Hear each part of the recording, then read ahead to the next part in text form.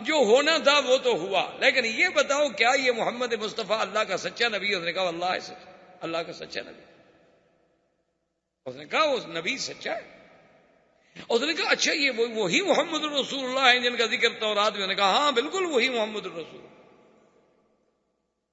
تو اس نے کہا پھر ہم نے کیوں آخر مقابلہ کیا؟ اس نے کہا بس یہ اتفاق کی بات ہے، ورنہ وہ اللہ کا نبی تو سچا ہے۔ تو اس نے کہا یا رسول اللہ دخل الاسلام فی قلبی، میں اس وقت جب چھوٹی بچی تھی ان کی یہ باتیں سننے کے بعد اسلام جو تھا وہ میرے دل میں داخل ہو گیا، اسلام میرے دل میں اثر کر گیا، لیکن اللہ کی قدرت تھی کہ مجھے اسلام نصیب بہت بعد میں ہوا، لیکن اسلام جو تھا وہ میرے گھر میں آ چکا۔ اللہ تبارک و تعالی نے سرکار دو جہاں صلی اللہ علیہ وعلا آلہ واصحابہ وسلم تسلیما کثیرا کثیرا کو تمام خیبر پہ فتح عطا فرمائی، حصون فدق بھی فتح ہو گئے۔ صرف یہود تیمہ جو تھے نا جی، انہوں نے پہلے بندہ بھیج دیا، انہوں نے کہا حضور ہم جزیہ دینے کے لیے تیار۔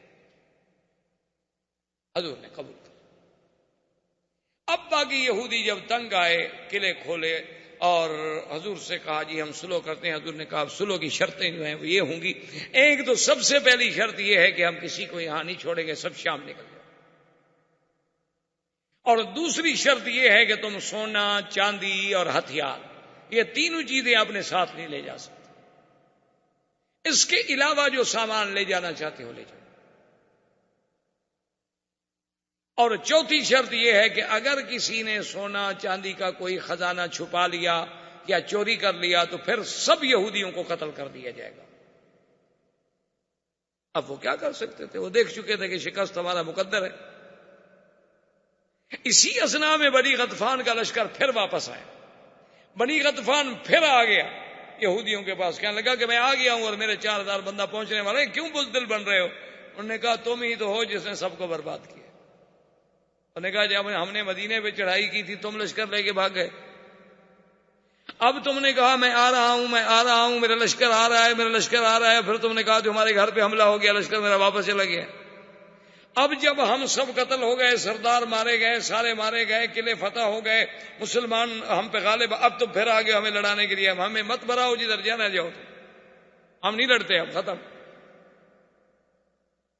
تو یہودیوں نے کہا کہ حضور ہمیں ساری شرطیں قبول۔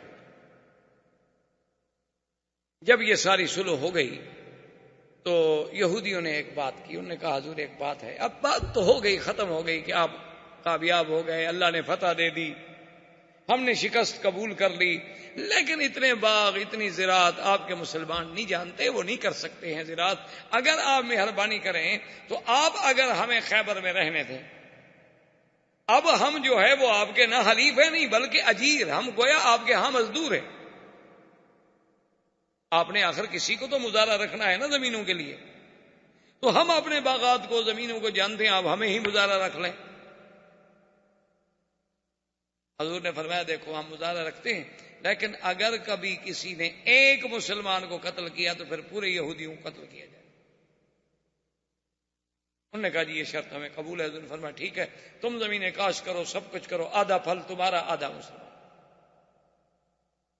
اسی اثنا میں ایک عورت جس کا نام زینب تھا، بعض روایات میں ہے کہ فاطمہ تھا، یہودی تھی، وہ آئی حضور کی خدمت میں، اس نے کہا کہ یا محمد صلی اللہ علیہ وسلم، اب اللہ نے آپ کو فتح دے دی، عزت دے دی، لیکن یہ بڑی بات ہے کہ جیتنے کے بعد بھی آپ نے پھر ہمیں زمینیں دے دی واپس، یعنی جنگ جیت کر اب تو چاہتے آپ ہمیں قتل کر دیتے، جلا وطن کر دیتے، نکال دیتے، لیکن سب کچھ کے بعد آپ کہتے ہیں کہ آدھا پھل بھی ہم دیں گے، اتنی رعایت کر رہے ہیں، تو میرا دل کرتا ہے میں آج آپ کی دعوت پکا کے لاتی ہوں، میری دعوت قبول فرمایا۔ حضور نے فرمایا لے آؤ۔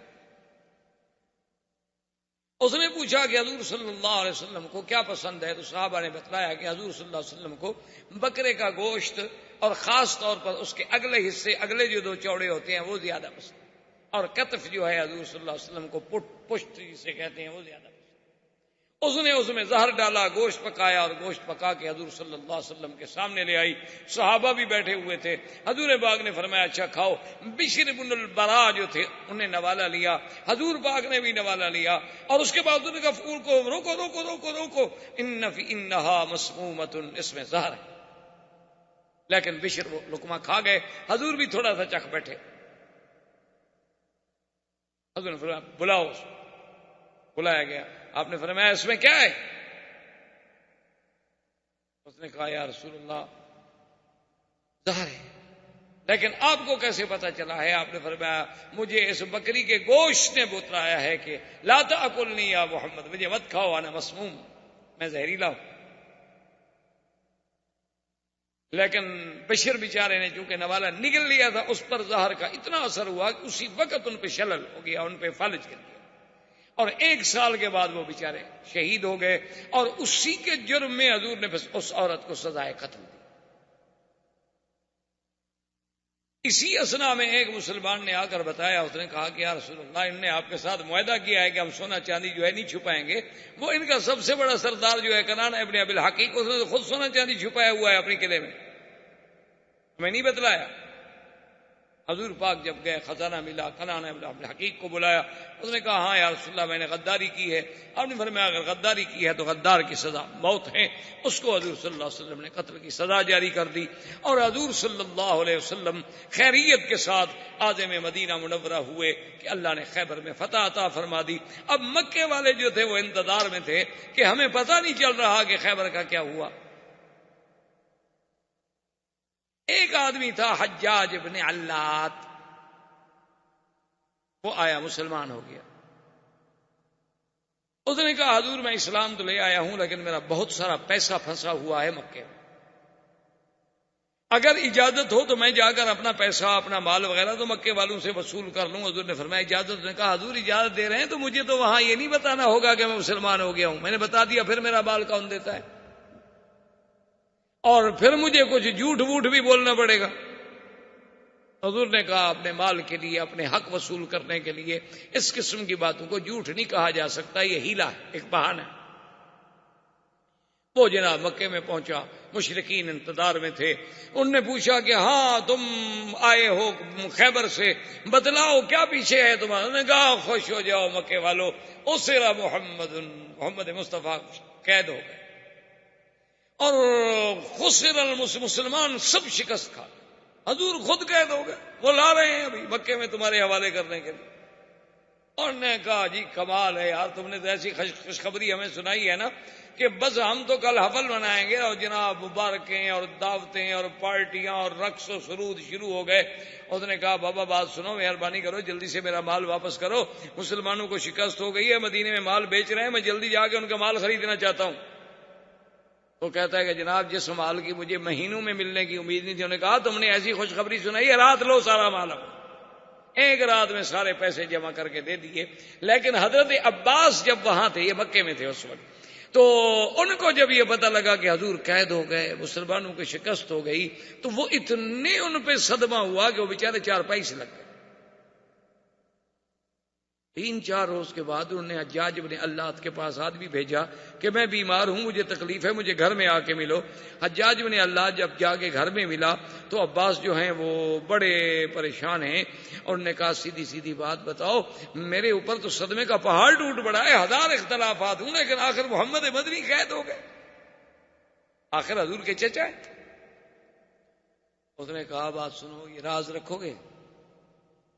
سردار ہو، دیکھو بات دل میں رکھنا۔ اس نے کہا دل میں، انہوں نے کہا میں تو خود مسلمان ہو گیا ہوں، کوئی قید شید نہیں ہوا، وہ تو یہود تباہ برباد ہو گئے، وہ تو سارے قلعوں پر مسلمانوں کے پرچم لگ گئے، مسلمانوں کو فتح ہو گئی، یہود کوئی شام چلے گئے، کوئی جزیہ دینے پہ آ گئے، کوئی وہاں نوکر بن کے کھیتی باڑی کر رہے ہیں، اور حضور خیریت سے مدینے جا رہے ہیں، یہ تو میں نے اپنا مال وصول کرنے کے لیے جھوٹ بولا ہے۔ اس نے کہا اچھا ٹھیک ہے، چلو بس میں کسی سے بات نہیں کروں گا۔ اس کے بعد یہ مال لے کے نکل پڑا، اور دوسرے دن یہ خبر سننے کے بعد حضرت عباس تو فوراً ٹھیک ہو گیا، وہ تو ایک نفسیاتی حملہ تھا۔ خوشی میں آپ نے لباس پہنا، غسل کیا، عطر لگایا، بڑا اچھی پوشاک پہنی، اور کعبے کا طواف۔ جب کعبے کا طواف کیا تو باقی جو کافر تھے وہ آئے، کہنے لگے اچھا عباس یار بڑے بہادر ہو، تمہارے اتنے رشتہ داری، اتنی قرابت داری، اور حضور قید ہو جائیں اور سارے تمہارے رشتہ دار شہید ہو جائیں، قتل ہو جائیں، اور تم پھر بھی آج بڑے اچھا اعلیٰ لباس پہن کے طواف کر رہے، یار واقعی اتنی موت پر، اتنے صدمے پر برداشت کرنا عباس تمہارا کام ہے۔ اس نے کہا سنو، ولا اسرا ولا قتل شہید، نہ حضور قید ہوئے اور نہ کوئی قتل ہوا، یہودی ختم ہو گئے۔ کیا کہہ رہے ہیں؟ انہوں نے کہا میں ٹھیک کہہ رہا ہوں۔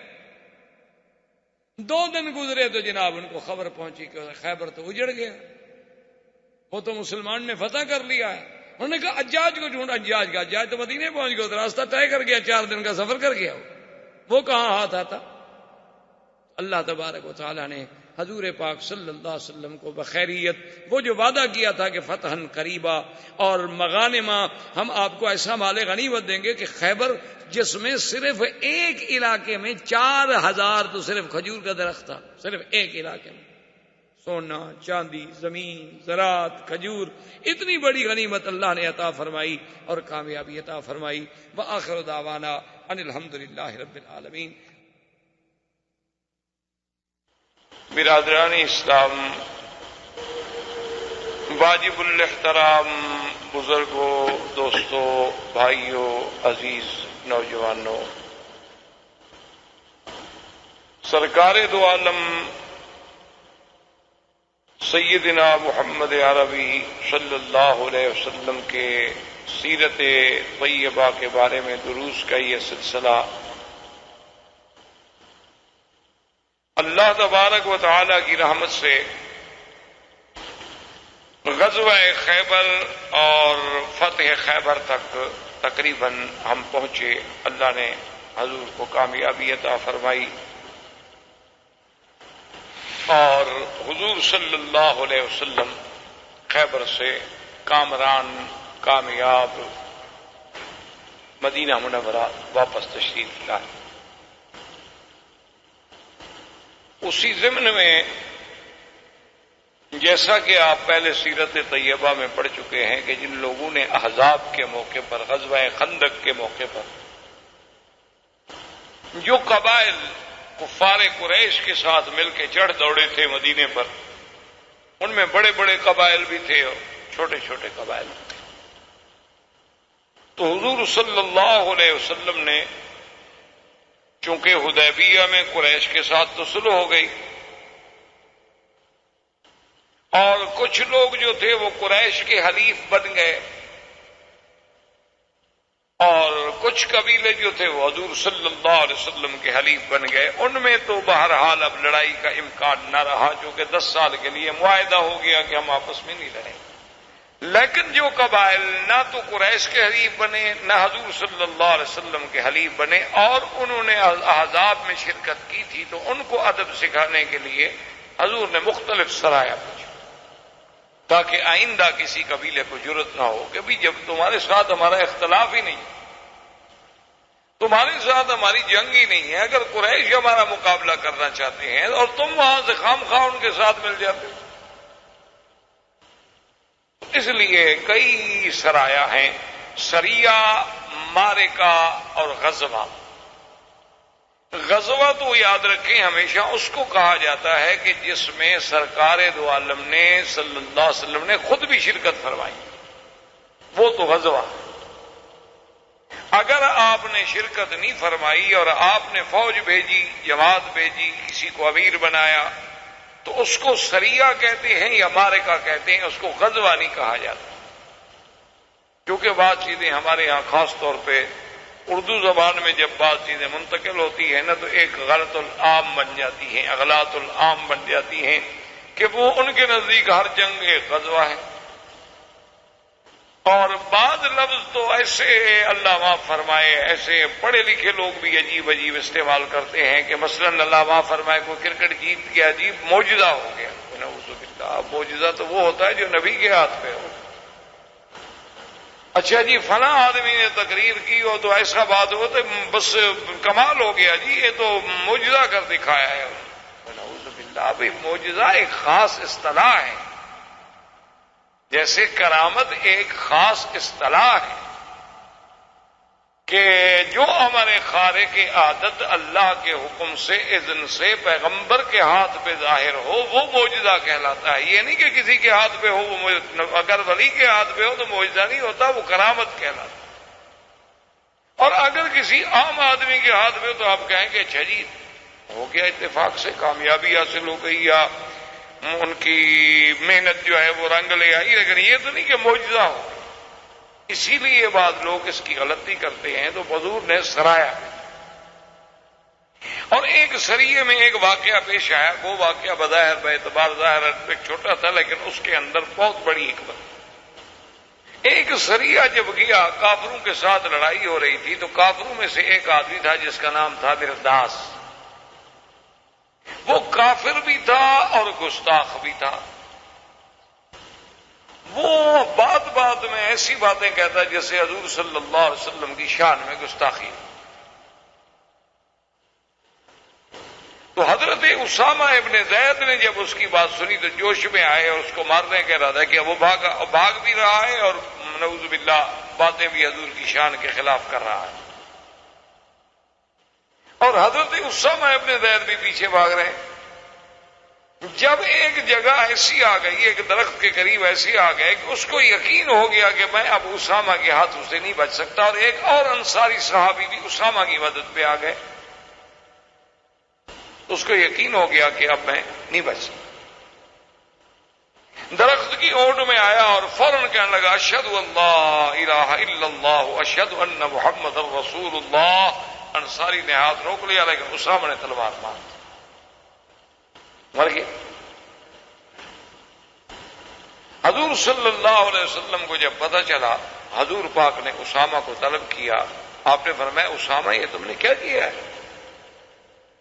ماذا تفعل بشہادت اللہ الہ الا اللہ، تم قیامت میں اللہ کو کیا جواب دو گے؟ شہادت اللہ الہ الا اللہ کے مقابلے پر تلوار چلا دی تم نے۔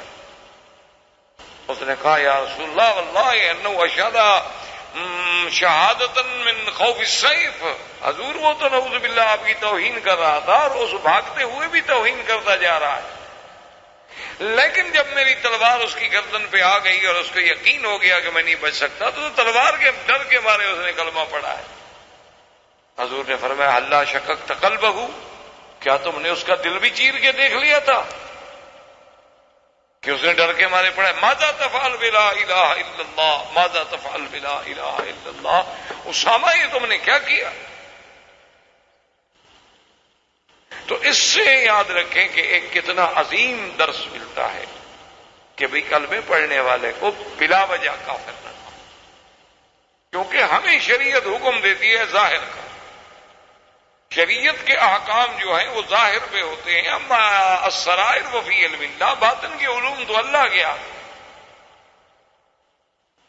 تو اس لیے اسلام کا یہ حکم ہوتا ہے کہ بلا وجہ کسی کو کافر نہ کہیں، اور اگر کوئی بندہ کلمہ پڑھتا ہے تو پھر اس پر آپ حملہ نہ کریں، چونکہ وہ کلمہ پڑھ لیا، مسلمان ہے۔ اب آپ یہ نہ کہیں اس نے ڈر سے پڑھا ہے، اس نے پیسے کے لیے پڑھا ہے، اس نے کسی عورت سے شادی کرنے کے لیے پڑھا ہے، کسی طرح پڑھا ہے، لیکن کلمہ تو اس نے پڑھ لیا ہے۔ اسلام اتنا بڑا درس دیتا ہے کہ بلا وجہ کسی کلمہ کو انسان کو کافر کہنا، یا بلا وجہ کسی کلمے پڑھنے والے کو قتل کرنا نہیں۔ ہم ظاہر پہ دیکھیں گے، اگر وہ منافق ہے تو پھر قیامت میں پکڑا جائے گا، ان المنافقین فی الدرک الاسفل من النار، اللہ ان کو زیادہ سے زیادہ سزا دے۔ اسلام ظاہر کو قبول کر۔ اب ان واقعات کے بعد سرکار دو جہاں صلی اللہ علیہ وسلم نے اعلان فرمایا عمرۃ القضاء کا، جو کہ 1 سال گزر گیا، اور حضور صلی اللہ علیہ وسلم بغیر عمرے کے واپس تشریف لے گئے تھے، اور عمرۃ القضاء کرنا۔ اسی لیے یہ بھی ایک سیرت سے ہمیں سبق ملا کہ اگر آپ نے مثلا احرام باندھا ہے اور آپ روک دیے گئے، اور ہمارے ہاں تو خیر یہ ایک عام بات بن گئی ہے نا کہ انڈیا سے احرام باندھیں گے، پاکستان سے احرام باندھیں گے، فلائٹ کینسل ہو گئی ہے، اس فلائٹ میں اوور لوڈنگ ہو گئی یا جگہ نہیں ملی، تو وہی پھر چادریں اتار کے کپڑے پہن کے گھر چلے جائیں گے، پھر دوسرے دن آ جائیں گے پھر احرام باندھ۔ تو یہ کوئی مذاق نہیں ہوتی عمرہ۔ جب ایک دفعہ آدمی نیت کر کے احرام باندھ لے اور اس کے بعد ایئرپورٹ پہ آ گیا، پاسپورٹ میں غلطی نکل آئی، کوئی ویزے میں غلطی نکل آئی، یا اس کو جہاز میں سیٹ نہیں ملی، اب وہ رہ گیا ہے، وہ احرام نہیں کھول سکتا، وہ اسی طرح احرام کی حالت میں رہے گا جب تک اس کی بکری جو ہے حرم میں ذبح نہ کر دی جائے، چاہے 10 مہینے پھرتے رہو، 2 مہینے پھرتے رہو، 1 مہینہ پھرتے رہو، وہاں سے وہ انتظام کرے گا، کسی آدمی کو پیسہ بھیجے گا، وہ حرم میں اس کی بکری ذبح کرے گا، اس کو اطلاع دے گا کہ تمہاری دم ذبح ہو گئی، اب وہ سر مڑا کے پھر احرام کھولے گا، اور عمرہ بھی اس کے ذمہ ہو گیا، چونکہ نیت کرنے کے بعد عمرہ واجب ہو گیا تھا، عمرہ بھی اس کو قضا کرنا ہوگا۔ جیسے کہ حضور صلی اللہ علیہ وسلم کو جب کفار قریش نے روک دیا تو آپ نے باقاعدہ اپنا سر مڈایا، احرام کھولا، اور پھر اگلے سال عمرۃ القضاء کا اعلان کیا۔ یہ شریعت مذاق نہیں ہوتی کہ گھر سے احرام باندھ لیا، اچھا جی جدے میں احرام باندھا، گھر میں 2 رکعت پڑھی، نیت کی، لبیک پڑھی، ایئرپورٹ اپنا اڈے پہ آئے، بس نہیں ملی، ٹیکسی کام کی نہیں ملی، اچھی موٹر نہیں ملی، دوست نہیں ملا، کپڑے اتارے گھر چلے گئے۔ وہ تم تو احرام میں ہو، چاہے تم دوسرے کپڑے پہن لو، لیکن احرام سے تب نکلو گے جب تم سر مڈاؤ گے یا بال کٹاؤ، اس کے بغیر تم احرام سے نکل نہیں سکتے۔ اور اسی طرح ایک حدیث مبارک میں یہ بھی ہے حل کہ اگر تم اپنے ملک سے چل رہے اور تمہیں خطرہ ہے کہ میں رستے میں روک دیا جاؤں، تو اسی وقت اگر نیت میں آدمی کہہ لے کہ محلی ہے سو حبستنی، میرا اللہ میرا وہی مقام ہوگا جہاں تو مجھے روک دے، تو پھر جہاں روکا جائے پھر وہی بکری ذبح کر سکتا۔ لیکن امام ابو حنیفہ رحمۃ اللہ علیہ پھر بھی نہیں مانتے، وہ کہتے ہیں کہ نہیں، بکری حرم میں ذبح ہوگی، چونکہ یہ نص سے قطعی ہے۔ وہ کہتے ہیں یہاں قرآن آ جائے پھر ہم ادھر ادھر نہیں جا سکتے کہ ہدین بالغ الکعبہ، بکری جو حرم کے ساتھ نسبت ہو جائے وہ کعبے میں پہنچے، حتی یبلغ الہدی محلہ، کہ ہدی کے جانور کو اس کے مقام پہ پہنچا۔ تو بہرحال حضور صلی اللہ علیہ وسلم نے جب اعلان فرمایا عمرۃ القضاء کا، تو 1400 آدمی تو وہ تھے نا جن کا عمرہ رہ گیا، اور 600 آدمی اور بھی تیار ہو گئے، تو 2000 آدمی کا قافلہ جو ہے وہ عمرۃ القضاء کے لیے مدینہ منورہ سے روانہ ہوا۔ حضور نے حکم دیا کہ ہتھیار رکھو، ہتھیار ساتھ رکھو۔ حضرت ابو بکر آئے، حضرت عمر آئے، انہوں نے کہا یا رسول اللہ بیننا و بینہم عہد، ہمارا اور قریش کا عہد ہے کہ ہم جب عمرہ کرنے آئیں گے تو ہتھیار نہیں لائیں گے، صرف تلوار، اور آپ حکم دے رہے ہیں کہ ہتھیار رکھ لیں۔ بیننا و بینہم عہد، حضور پاک صلی اللہ علیہ وسلم نے فرمایا، آپ نے فرمایا کہ یا ابا بکر انی اخاف الغدر من قریش، مجھے قریش پر اعتماد نہیں ہے، مجھے غدر کا خوف ہے کہ وہ دھوکہ کریں گے، اور اگر انہوں نے دھوکہ کر دیا تو پھر ہم کیا کریں گے؟ مسلمان کو بڑا حذر ہونا چاہیے، تیار ہونا چاہیے۔ مسلمان کبھی کافر پہ بھروسہ نہیں کر سکتا، جو کافر پہ بھروسہ کرتا ہے پھر وہ تو مسلمان ہی نہیں۔ مسلمان تو ہر وقت استعداد میں ہو۔ آپ نے فرمایا، حضرت عمر نے کہا حضور وہ تو بالکل ٹھیک ہے، آپ کا فرمان آنکھوں پر، لیکن ہمارا ان کے ساتھ عہد یہ، آپ نے فرمایا عمر کیا کہہ رہے ہو؟ عہد یہ ہے کہ ہم عمرے میں، حرم میں، مکے میں ہتھیار لے کر نہیں داخل ہوں گے، لیکن ہم حرم کے باہر ہتھیار رکھ دیں گے۔ لیکن ایسا تو نہ ہونا کہ دشمن ہم پر حملہ کر دے تو ہم مدینہ منورہ سے ہتھیار لینے کیسے آئیں گے 450 تو اب حضرت عمر کو بھی بات سمجھ آ گئی۔ حضور نے فرمایا ہتھیار لے لو، اور حضور صلی اللہ علیہ وسلم جب حد حرم پہ پہنچے اور آپ نے حکم دیا کہ بھئی چونکہ ہتھیار ہم نے حرم میں لے کر نہیں جانے، ہمارا معاہدہ ہے، ہتھیار باہر رکھ دو، لیکن 200 آدمی یہاں چھوڑو جو ہتھیاروں کی حفاظت کریں، اور اگر خدا نہ کرے، یعنی آپ اندازہ فرمائیں حضور کی دور اندیشی کا، اسی لیے آپ جنگ احد کا کبھی پلان دیکھیں، نقشہ دیکھیں۔ ابھی ایک بہت بڑے معروف جرنل تھے ہمارے پاکستان میں، بڑا نامور جرنل تھا، تو اس نے جنگ احد پہ باقاعدہ ایک کتاب لکھی اپنی ریٹائرمنٹ کے بعد۔ ریٹائر ہونے کے بعد جب وہ مدینہ منورہ آئے، ان کو بھی عشق تھا حضور صلی اللہ علیہ وسلم سے، مسلمان کو تو عشق ہوتا ہے، تو وہ جب مدینہ منورہ میں آئے تو انہوں نے اس جنگی نقطۂ نظر سے پورے مدینے کا سروے کیا، پھر احد گئے، پھر احد میں وہ مواقع تلاش کیے کہ حضور پاک نے تیر اندازوں کو کہاں کھڑا کیا، اپنی فوج کہاں کھڑی کی، قریش کی فوج کہاں کھڑی تھی، سوار کہاں کھڑے تھے اور خالد بن ولید نے کہاں سے حملہ کیا، اور یہ سارے واقعات جتنے اس کو حدیث و تاریخی روشنی میں ملتے تھے وہ سارے واقعات کو لیا اور پھر پورا نقشہ بنایا، اور اس کے بعد پھر اس نے جنگی حکمت عملی پر اور دیگر جنرلز جو ہیں ان کے مختلف حوالے دیے اور ثابت کیا کہ آج 1400 سال کے بعد جدید طریقہ حرب کا کوئی ماہر بھی آ جائے تو اس سے اچھا نقشہ نہیں بنا سکتا جو حضور نے اس وقت بنایا تھا صلی اللہ علیہ وسلم۔ یعنی اعتراف کیا، اقرار کیا کہ حضور صرف اللہ کے نبی نہیں بلکہ سب سے بہتر جرنیل بھی تھے، کہ اتنی اچھی تختی۔ اب دیکھیں نا کہ حضور صلی اللہ علیہ وسلم کی نظر جہاں گئی ابو بکر عمر کی نظر نہیں گئی، کہ بھی قریش مکہ ہیں دھوکہ کرتے تو پھر ہم کیا کریں؟ اور چلو ایک ایک تلوار کی اجازت ہے وہ ہمارے ساتھ ہوگی، اگر مکے میں لڑائی ہو بھی جائے تو چلو 2 گھنٹے 4 گھنٹے 6 گھنٹے تو ہم مقابلہ کریں گے نا۔ اچھا اب اگر ہم ہتھیار رکھ کے یہاں چلے جائیں اور 10 آدمی بٹھا دیں وہ آگے چھین لیں، اچھا وہ نہ بھی چھینے لیکن لڑائی ہو جائے تو 10 آدمی سارا ہتھیار اٹھا کے ہمیں کیسے پہنچائیں گے؟ اب نہیں 200 آدمی یہاں بیٹھے، حرم کے بعد بیٹھے رہو، اگر تمہیں پتہ لگے کہ کفار مکہ نے غداری کی ہے اور دھوکہ کیا ہے اور ہمارے ساتھ قتال شروع ہو گئی ہے تو فوراً ہتھیار لے کے ہمیں پہنچاؤ، اور اگر سنو کہ کوئی جھگڑا نہیں ہوا تو جو جماعت عمرہ کر لے گی ان میں سے پھر 200 آدمی ہم بھیج دیں گے، وہ آ کے پہرا دیں گے اور آپ جو ہے جا کے عمرہ مکمل کریں۔ حضور صلی اللہ علیہ وسلم تشریف لے آئے اور ابھی آپ حدود حرم میں داخل نہیں ہوئے تھے کہ ابو سفیان کا وفد پہنچا۔ اس نے کہا یا رسول اللہ بینک و بینک عہد، کہ آپ سلا نہیں لائیں گے؟ ہمیں پتہ لگا ہے کہ آپ ہتھیار لے کے آئے ہیں۔ میں ہتھیار دیکھ لو خارجی حرم رکھ دیے، اب حرم میں نہیں لا رہے۔ اب چپ ہو گئے، حل کوئی نہیں۔ تو ابو سفیان نے اپنے دوستوں سے مشورہ کر کے ایک بات سوچی اور اس کا آ کے اعلان کر دیا مکے میں کہ مکے والوں فوراً اپنے گھروں سے چھوڑ کے نکل جاؤ اور پہاڑوں پہ چلے۔ انہوں نے کہا کیوں؟ انہوں نے کہا 2 باتیں ہیں۔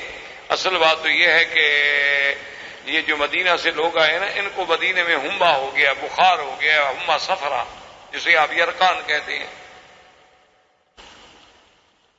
تو ہما صفرا ہو گیا ہے اور متعدی بیماری ہے، کہیں ایسا نہ ہو کہ آپ لوگ بھی ہوں اور ہم بھی حرم میں ہوں، طواف میں ملنا جلنا، ایک دوسرے کے قریب آنا، اختلاط کی وجہ سے ہم بیمار نہ ہو جائیں، لہذا پہاڑوں پہ چڑھ جائیں تاکہ ان کی ہوا بھی ہمیں نہ لگے۔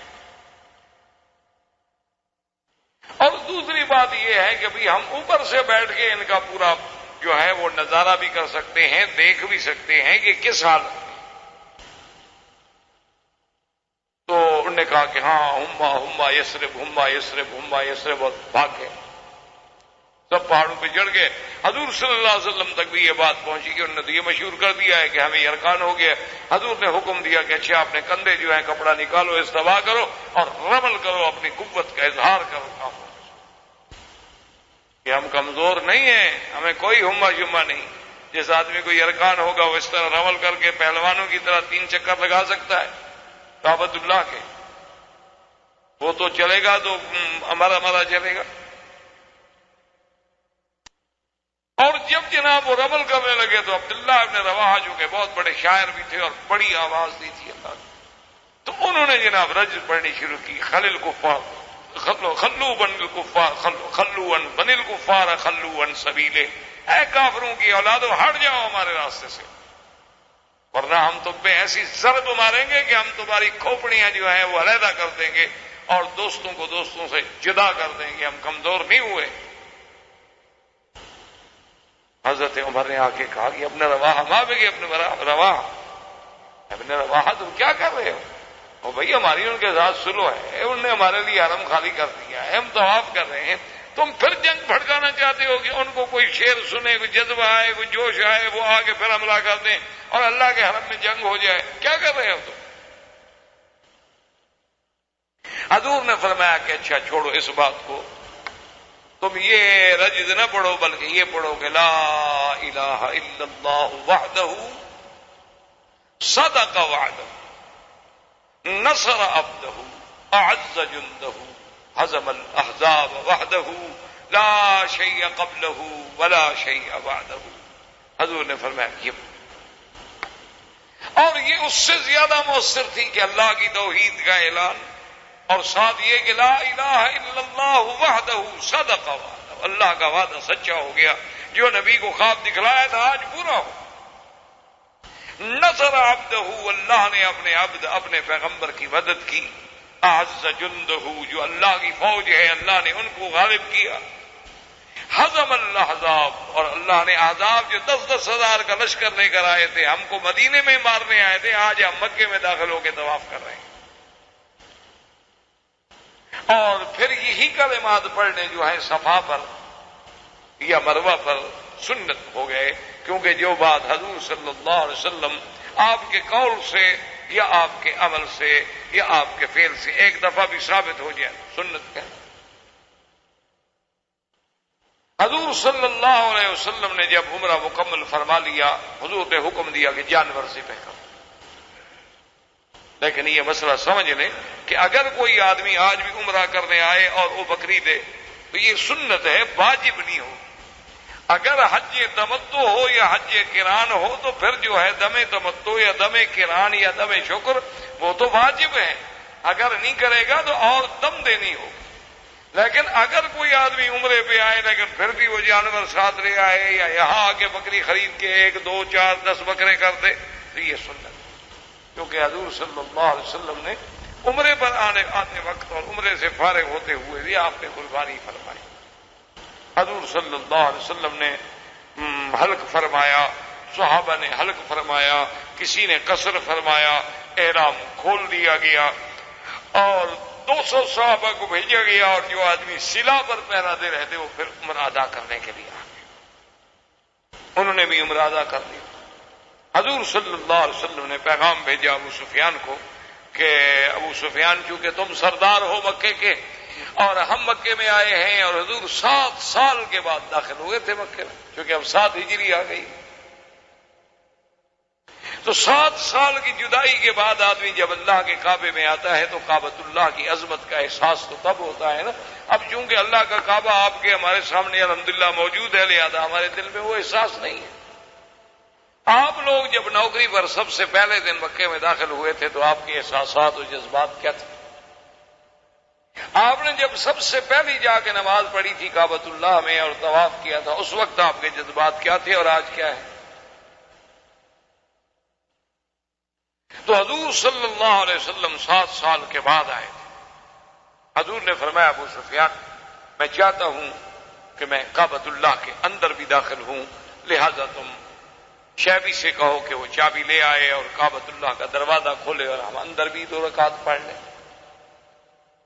ابو سفیان نے کہا کہ آدھا لیس داخل فی العہد یا رسول اللہ، حضور پاک یہ آپ کا اور ہمارے معاہدے میں داخل نہیں ہے. ہم نے آپ کو عمرے کی اجازت دی تھی، کعبۃ اللہ کے اندر داخل کرنے کی اجازت تو نہیں دی. انہوں نے فرمایا عجیب آدمی ہو بھئی، ہم نے عمرہ کر لیا، طواف ہم نے کر لیا، صفا مروہ ہم نے توڑ لی، صلہ ہمارے پار ہیں، ہر بات بالکل خیریت کے ساتھ جاری، اگر ہم کعبۃ اللہ کے اندر 2 رکعت پڑھ لیں گے تو اس میں معاہدے کی کیا بات ہے؟ اس نے کہا نہیں حضور یہ معاہدے میں شامل ہے. حضور نے فرمایا ٹھیک، نہیں دیتے ہو اجازت، ٹھیک. حضور نے فرمایا اچھا بلال تم ایسا کرو، یہ کعبے کے اندر تو ہمیں نہیں جانے دیتے، تم کعبے پہ چڑھ جاؤ اور اذان. اب بلال بیچارہ کیسے چڑھے، اس کو سیڑھی تھوڑی دے دیں، تو وہ کعبۃ اللہ کو پکڑ کے بلال چڑھ گیا غلاف. اس نے حجر اسود کے قریب سے غلاف پکڑنا جو شروع کیا نا جی، غلاف کو پکڑتے پکڑتے کعبے کی چھت پہ چڑھ گیا. وہاں جا کے جب اذان دی تو اکرمہ نے اذان سنی. ابھی اکرمہ اسلام نہیں لائے تھے، مسلمان نہیں ہوئے تھے، اور یہ ابو جہل کا بیٹا کہنے لگا الحمدللہ بات بالحکم، کہنے لگا شکر ہے کہ میرا ابا مر گیا، ورنہ وہ آج اگر ہوتا تو اس کے دل پہ کیا گزرتی، ھذا عبد الاسود یعلو علی سطح الکعبۃ یکبر. عجیب بات ہے، ہم لوگ یہاں سردار ہیں اور یہ کالا غلام کعبے پہ کھڑے ہو کے اللہ اکبر کر رہا ہے، یہ کیا ہے؟ ہمارے لیے تو مرنے کا مقام ہے کہ تکبیر کے نعرے بلند ہو رہے. ابو سفیان کو کیا چھیڑا؟ ابو سفیان نے کہا دیکھو اپنے کعبے میں داخل نہیں ہونے کا، اس سے تو بہتر تھا کہ تم چابی دے دیتے، چلو کعبے کے اندر تو نماز پڑھتے، کعبے کے اندر اذان دیتے تو کوئی سنتا تو نہیں، تم نے زیادتی کی ہے، تم چابی دے سکتے، چابی نہ دینے کی وجہ سے دیکھا ہے کہ اذانیں ہو رہی ہیں اور سارے ہم پہاڑ پہ سن رہے ہیں۔ انہوں نے کہا ٹھیک ہے، آخر نماز جو پڑھتے ہیں تو اذانیں تو دینی ہے۔ خیر بہرحال جب 3 دن گزر گئے، حضور صلی اللہ علیہ وسلم نے ابو سفیان کے پاس پیغام بھیجا کہ اگر تم اجازت دے دو تو میرا دل چاہتا ہے کہ ہم 2 دن اور قیام کریں۔ اس نے کہا کہ لا، اللہ بیننا و بینکم 3 ایام، ہمارا آپ کا معاہدہ یہ تھا کہ ہم 3 دن کے لیے مکہ آپ کو خالی کر دیں گے، ہم نے اپنا وعدہ پورا کر دیا ہے، مزید رہنے کی ہم اجازت نہیں دیتے۔ کہا ٹھیک، اجازت نہیں دیتے، ہم جا رہے ہیں۔ حضور صلی اللہ علیہ وسلم نے تیاری فرمائی۔ اب جب حضور صلی اللہ علیہ وسلم جانے لگے تو صفحاء قریش، ان کو عربی میں کہتے ہیں صفحاء قریش، یعنی ان کے سمجھدار نہیں بلکہ یوں سمجھنے کے لونڈے، نوجوان، ان نوجوانوں کا گینگ جو تھا نا جی، یہ نئے نئے لڑکے ہوتے ہیں نا، حالانکہ بڑے بڑے خاندانوں کے ہوتے ہیں لیکن کام ایسے کرتے ہیں جو عام بے وقوف بھی نہ کریں، یعنی عجیب عجیب جذبات ہوتے ہیں نا لوگ۔ ابھی میں آج ہی اخبار میں پڑھ رہا تھا، پتہ نہیں کتنی عورتوں کو طلاق ہو گئی کہ کرکٹ وہ ہار گیا وہ جیت گیا۔ خامد نے کہا کہ اچھا ہوا، بیوی نے کہا تم نے میرے فین کی توہین کر دی ہے، جھگڑا ہوا، نتیجہ طلاق۔ کرکٹ والے وہاں کھیل رہے ہیں، وہ یہاں گھر پر بات کر کے بیٹھے ہیں دونوں۔ انا للہ و انا الیہ۔ تو اس قسم کے لوگ صفحاء کہلاتے ہیں کہ بے وقوف۔ یہ عقل کی بات تو نہیں ہے نا کہ کرکٹ کوئی کھیلے، بیوی تم چھوڑ دو۔ ایک آدمی نے باپ کو مار دیا، باپ آ کے ٹی وی کے سامنے بیٹھ گیا، دیہاتی آدمی تھا، اس نے کہا میں بھی دیکھوں کرکٹ، حالانکہ اس بیچارے کو کیا پتا کہ کرکٹ کیا ہے، جیسے کافر کوئی چال سمجھ نہیں آتی، اسی طرح ان کا یہ کھیل کبھی آپ کو سمجھ آتا ہے؟ وہ خود ٹیڑھا ہے، کھیل بھی ٹیڑھے ہیں، کوئی ہار کے جیت جاتا ہے، کوئی جیت کے ہار جاتا ہے، یہ رن ریٹ ہے، یہ نمبر ہیں، یہ پوائنٹس ہیں، یہ فلان ہیں، یہ سیمی فائنل ہے، یہ فائنل ہے، یہ کیا ہوگا، کیا چکر ہے؟ تیری ہر نگاہ میں الجھن، تیری ہر ادا میں بل ہے۔ انگریز ظالم ہے نا، اس کی تیری ہر نگاہ میں الجھن، تیری ہر ادا میں بل ہے، میری آرزو میں لیکن کوئی پیچ ہے نہ خم۔ اے مسلمان ہے، سیدھا کھیلنا ہے، آؤ تلوار پکڑو، بات کرو۔ یہ کون سی بہادری ہے کہ آپ یہاں سے بٹن دبائیں، ریموٹ کنٹرول کے ذریعے میزائل پھینک دیں؟ یہ بہادر قوم اسی طرح لڑتی ہے۔ دیکھا نہیں بہادر قوم ویتنام میں کیسے لڑی تھی، کیسے دم دبا کے بھاگی؟ ان کا 200 سپاہی میدان میں مر جائے نا، یہ تو ملک چھوڑ کے بھاگے، اتنی بزدل ترین قوم۔ اب یہ تو میرا بھائی کوئی بہادری نہیں نا، ہم یہاں محفوظ بیٹھے ہوئے ہیں اور جناب ہمارے سامنے نقشے بنے ہوئے ہیں اور ہر چیز جو ہے وہ زاویے پہ سیٹ ہے، اور یہاں بیٹھے بیٹھے صاحب نے بٹن دبایا اور یہاں سے ایک میزائل اڑا اور اس نے جا کے وہاں جناب تباہی ڈال دی۔ او جی ہم جیت گئے، کیا جیت گئے؟ منہ کالا ہو گیا بدبخت۔ تم چوری جو چھپکے سے وار کرے وہ بھی بہادر ہوتا ہے؟ ہم نے جناب یہ کر دیا، ہم نے ریڈیو کی بات پکڑ لی، ہم نے ٹی وی کی لہروں سے راستہ لے لیا، ہم نے ٹیلی فون کے ذریعے پکڑ لیا۔ وہ تم نہیں، بہادری کی بات یہ ہوتی ہے کہ جیسے مبارزت ہوتی تھی کہ سامنے آؤ، آ کے لڑو، اور یقین کریں مسلمان کتنا گیا گزرا ہے، آج بھی کفر اس کے سامنے کھڑے ہو کے نہیں لڑ سکتا۔ آپ نے دیکھا نہیں 7 لاکھ آدمی 400 مجاہدین سے لڑ رہے ہیں۔ کوئی عقل ہے یا نہیں؟ سمجھ ہے ایمان سے؟ ایک بندے کے اوپر ڈنڈا لے کے یوں کھڑے اور پھر بھی لڑ رہے ہیں، یعنی اگر آدمی کو شرم آئے تو ویسے گنگا میں ڈوب جائے کہ یار ہم کس کے، اچھا لڑ کس کے خلاف رہے ہو جی؟ ہمارا ملک ہے، اپنے ملک کے خلاف لڑ رہے ہو؟ کوئی عقل ہے؟ تم اپنا ڈنڈا لے کے رات گھر لڑنا شروع کر دو بیوی سے، بچوں سے، تو کوئی کیا کہے گا؟ کہیں کہ بھی اس کو مینٹل ہاسپٹل میں شہار بھیجو، ہوتا ہے پاگل ہو گیا ہے۔ آدمی دشمن سے لڑتا ہے، اگر اس کو اپنا ملک کہتے ہو تو پھر لڑائی بند، اور لڑائی کرتے ہو تو پھر سیدھی بات کرو کہ ہمارا ملک نہیں ہے۔ لیکن کفر کی باتیں یہ آپ کو سمجھ نہیں آئیں گی، اس وقت آئیں گی جب اللہ نور ایمان سے سینے روشن کر دیں گے، جب آپ صرف قرآن و سنت کی روشنی میں سوچیں گے، یہ نہیں سوچیں گے کہ یہ انڈین ہے، یہ پاکستانی ہے، یہ سندھی ہے، یہ نہیں، ایک بات سوچیں گے کہ یہ مسلمان ہے اور یہ کافر ہے۔ تو بہرحال حضور صلی اللہ علیہ وسلم جب آپ واپس آ رہے تو صفحہ قریش نے کیا کہا، انہوں نے کہا نوجوان جناب چھوکرے ان کے اکٹھے ہو گئے، انہوں نے کہا ہم موقع اٹھائیں، ہم حملہ کر دیں حضور صلی اللہ علیہ وسلم پر۔ صفحہ قریش اکٹھے ہو کے جناب آئے، حضور کو پتہ لگا، حضور نے فرمایا صحابہ کو ان کو اعلان کرو، ان کو کہو لڑنا ہے تو صبر کرو، حرم سے ہمیں نکلنے دو، آؤ لڑو، لڑنا ہے تو آؤ کھل کے لڑو، یہ کیا بات ہوئی کہ تم چوری چھپے ہمارے ساتھ لڑنا چاہتے ہو؟ یہ کوئی بات ہے؟ بڑے بہادر بنے پھرتے ہو، لڑنے کا شوق ہے، ہم حاضر ہیں، ہمیں صرف حرم سے باہر جانے دو، کیونکہ ہمارا معاہدہ ہے کہ حرم میں ہم نہیں لڑیں۔ اب جب حضور حرم سے باہر آئے ان کو پتہ لگا کہ ہتھیار موجود ہے، حضور نے صحابہ نے سلاح اٹھا لی اور بھاگے، وہ تو ایسے تھے پاگل، وہ تو آئے تھے اپنے نمبر بنانے کے لیے۔ حضور صلی اللہ علیہ وسلم خیریت کے ساتھ مدینہ منورہ تشریف لے آئے۔ اب جناب حضور پاک نے جہاں جہاں سرایا بھیجے تھے نا جی، اس کے ساتھ دیکھیں ایک عظیم خطہ دیکھیں، اس لیے پوری دنیا یہ تسلیم کرتی ہے کہ سب سے بڑا انقلابی بھی اگر کوئی ہے تو وہ محمد رسول اللہ۔ ساری دنیا میں انقلاب آئے، آپ دیکھتے ہیں فرانس کا انقلاب ہے، آپ دیکھتے ہیں روس کا انقلاب ہے، کمیونزم کا انقلاب ہے، کیا ہے؟ اقتصادی مسئلے پہ، کوئی پیٹ کے مسئلے پہ، کوئی روٹی کے مسئلے پہ، کوئی مکان کے مسئلے پہ، کوئی یہ انقلاب کے آدمی سر سے لے کر پاؤں تک بدل جائے، یہ انقلاب اگر کوئی لائے ہیں تو محمد رسول اللہ صلی اللہ علیہ وسلم کے ظالم کو راحم بنا دیں، اپنی بیٹیوں کو زندہ درگور کرنے والوں کو، لوگوں کی بیٹی کو بغیر سر رنگا نہ دیکھ سکے، اس کے سر پہ دوپٹہ ڈالنے والا بن جائے، اور جن کی زندگی نہب لوٹ مار شراب پہ گزرتی ہو ان کو راتیں مسلح پہ گزریں اور دن گھوڑے کی پشت پہ گزریں۔ یہ انقلاب جو حضور لائے ہیں، ایسا انقلاب تو دنیا اس کی کوئی مثال نہیں پیش۔ سب سے بڑا لیڈر، سب سے بڑا انقلابی، سب سے بڑے جرنیل، سب سے بڑی رحمت، سب سے بڑا رسول، امام الانبیاء، سید الرسل، خاتم النبیین صلی اللہ علیہ وسلم۔ آپ کی زندگی کا کوئی پہلو دیکھیں،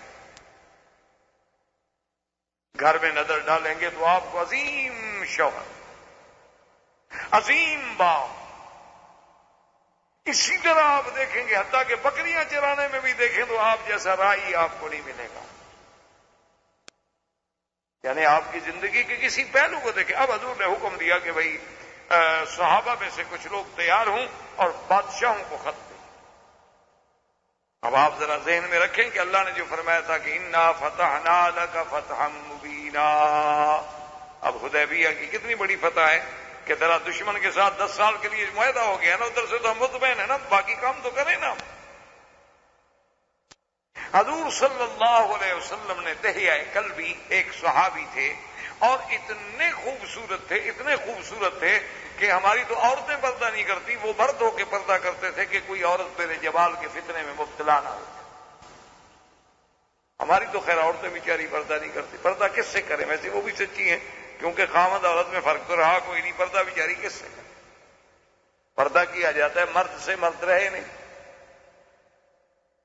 تو بہرحال عورت بھی حق پر ہے، اس کا بھی حق بنتا ہے، آخر کس سے پردہ کرے؟ یعنی اب آدمی دیکھے نا جی، اب شکل ملتی ہو، ہر چیز ملتی ہو تو کس سے پردہ کرے؟ اس لیے آپ دیکھیں کہ کوئی مولوی آئے نا، پھر آپ کی بیوی جو پردہ نہیں کرتی وہ بھی کرتی ہے پردہ، اس لیے وہ دیکھتی ہے اس کی داڑھی ہے تو مرد ہے، اس سے تو پردہ ضروری ہے۔ آپ شرط لگا لیں، جو عورتیں پردہ نہ کرنے والی ہوں نا، چلو آپ میرے ساتھ جائیں، ہم جہاں سے گزریں گے وہ مولوی وکی جا رہا ہے ایسے کرو، یا ہم سے نفرت ہے کہ بوڑھا آئے مولوی،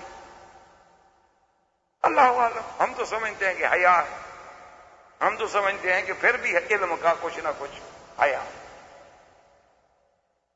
کہ چلو اتنا شرم تو ہے نا کہ ایک مولوی جا رہا ہے، اس کے سامنے تو کم از کم ہم شریعت کا مذاق نہ اڑائیں۔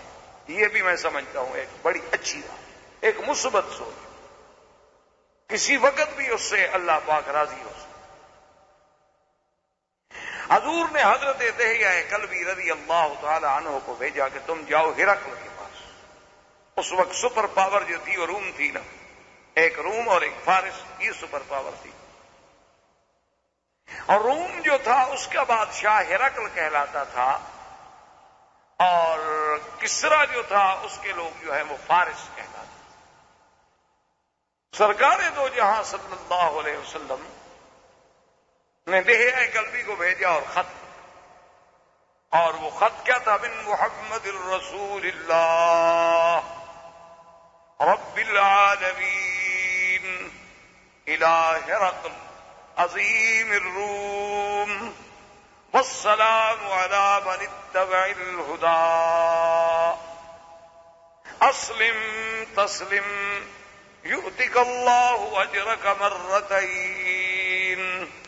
حضور نے خط لکھا، یہ خط محمد رسول اللہ کی طرف سے ہے، اور ہرقل عظیم الروم جو بادشاہ ہے روم کا بڑا، اس کو سلام تو اس پہ ہے جس نے اللہ کی ہدایت کو مانا ہے، کیونکہ کافر کو آپ سلام علیکم تو نہیں کہہ سکتے۔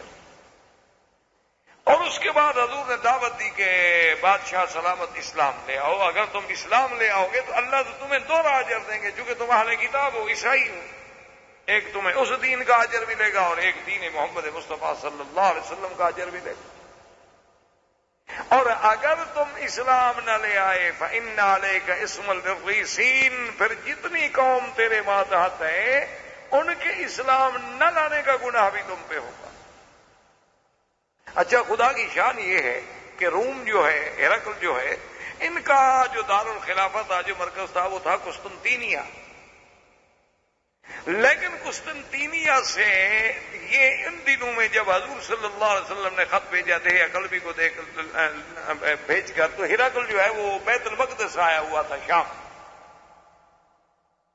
اس کی وجہ یہ تھی کہ اس نے ایک منت مانی تھی کہ اگر میں بیت المقدس کو فتح کر لوں تو میں اس میں فلاں مقام سے پیدل چل کے داخل ہوں گا، تو وہ اپنی منت پوری کرنے کے لیے پیدل چل کے بیت المقدس میں آیا ہوا تھا۔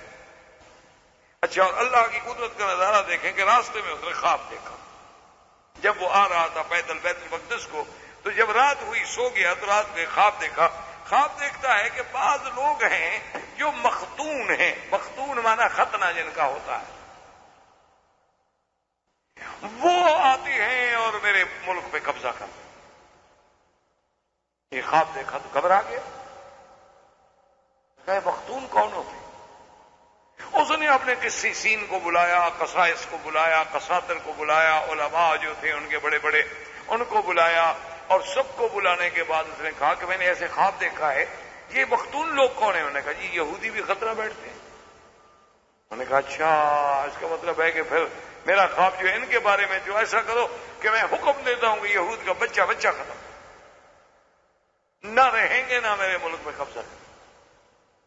اسی اثنا میں خدا کی قدرت ہے کہ ایک آدمی چوری کرتے ہوئے پکڑا گیا، وہ عرب کے آدمی تھا، جب اس کو مارنے لگے کپڑے کھل گئے، دیکھا وہ بھی مختون ہے۔